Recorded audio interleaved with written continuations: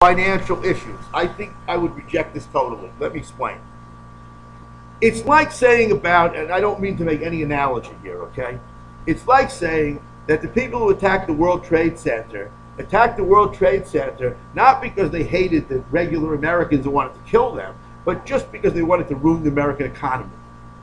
You see, the point is, I think you have to understand something. We as Americans find it difficult to understand how somebody has a sort of general hatred for everyone who's not like them, and how they will undertake extremist actions because of their hatred. That's why we had so much trouble understanding the World Trade Center. But I have a better example, which is I think none of us can understand the war in Ireland. We can't understand how because someone's a Catholic or Protestant, you throw a firebomb through his window and kill a 7-year-old child. We simply don't contemplate in any way these types of things. We don't understand them. But in these countries where they hate people the way they hate people, they understand it no problem at all.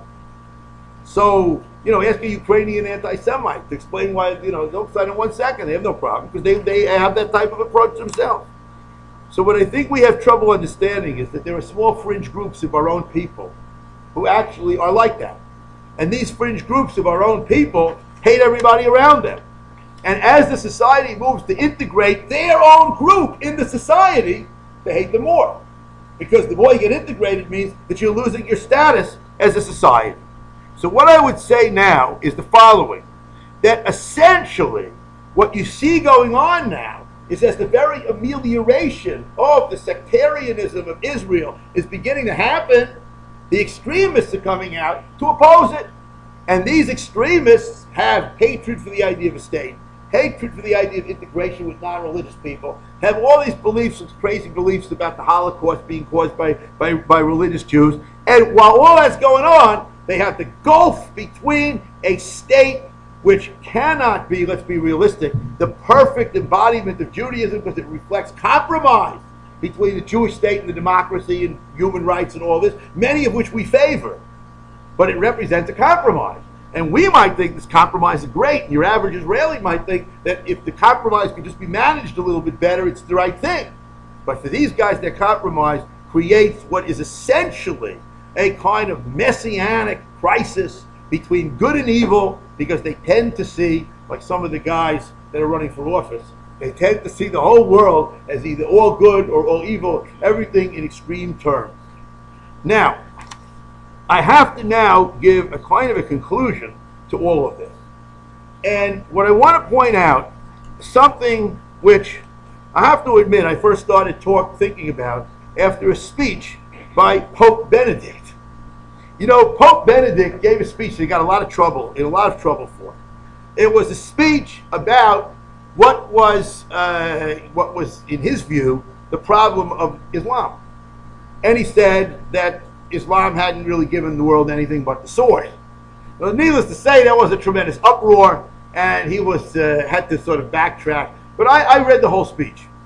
Now, in the whole speech, he has great stories about the university in Germany when he was a student, how they only had seminar rooms because they had no large classes. I found that all interesting. But then, what's the main point of his speech? The main point of his speech was that Judaism and Christianity had gone through what he called the Hellenization. What he means to say is they had gone through a confrontation with wider culture. And because they went through a confrontation with wider culture, they were eventually shorn of violence. Now, in our case, this went on very early, and I traced it. Unfortunately, in their case, it went on much later. Because, of course, we know that the last act of such violence, even though the church didn't do it, but they themselves say that it was to some extent caused by their teachings, was, of course, the Holocaust. But he's still right, because they have now finally basically eliminated it.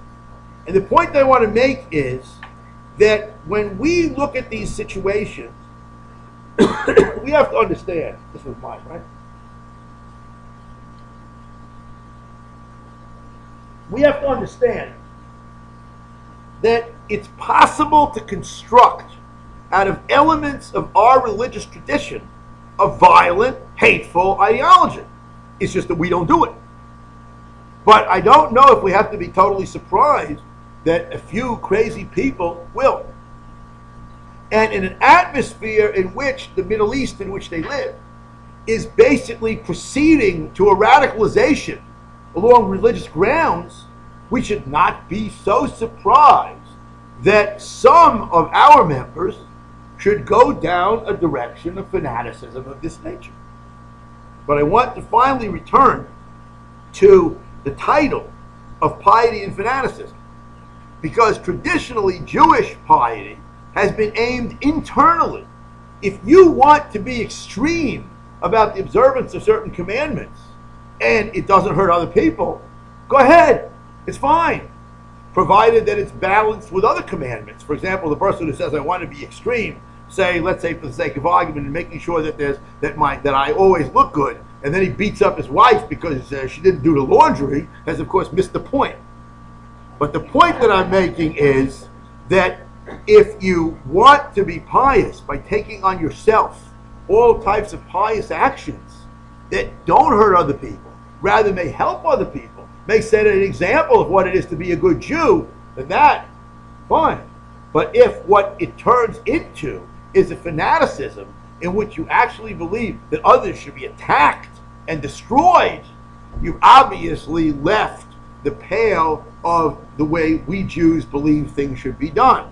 But you may have left that pale with your, let's say, pockets full of a lot of quotations from our tradition that you can claim support you.